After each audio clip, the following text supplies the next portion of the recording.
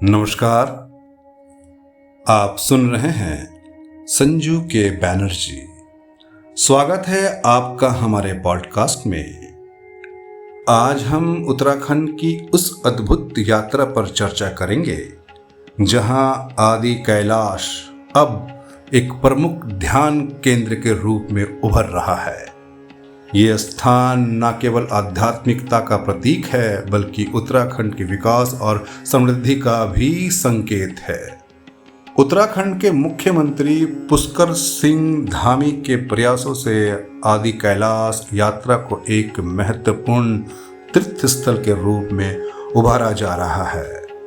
समाचार के अनुसार आदि कैलाश यात्रा का उद्देश्य इस क्षेत्र को न केवल एक धार्मिक स्थल के रूप में प्रतिष्ठान करना है बल्कि इसे एक पर्यटन स्थल के रूप में भी विकसित करना है। आदि कैलाश, जिसे हिमालय के आदित्य शिखर कहा जाता है, साधना और तपस्या का केंद्र रहा है। यहाँ के शांत और निर्मल वातावरण में ध्यान करने से जो आत्मिक शांति मिलती है उसका वर्णन मैं आपको शब्दों में नहीं कह सकता। योग और ध्यान के इस केंद्र ने न जाने कितने साधकों को उनके जीवन की सच्ची राह दिखलाई है।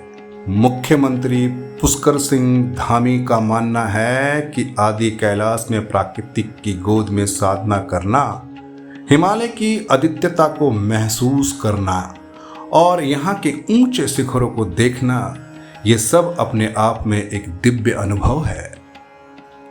इस यात्रा के दौरान उत्तराखंड सरकार ने यहाँ के गांवों और पर्यटन स्थलों के विकास पर भी विशेष जोर दिया है।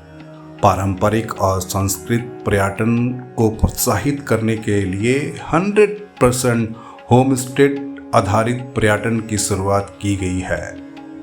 ये न केवल यहाँ के स्थानीय लोगों के लिए रोजगार और समृद्धि का माध्यम बना है बल्कि ये हमें प्राकृतिक और संस्कृति से जोड़ने का अवसर भी प्रदान करता है।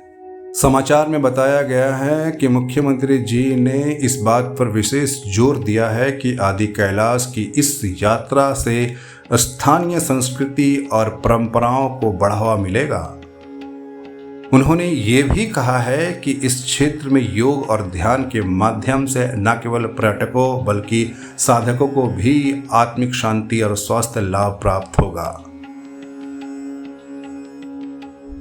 इस यात्रा के दौरान योग की महत्वता पर भी विशेष ध्यान दिया गया है।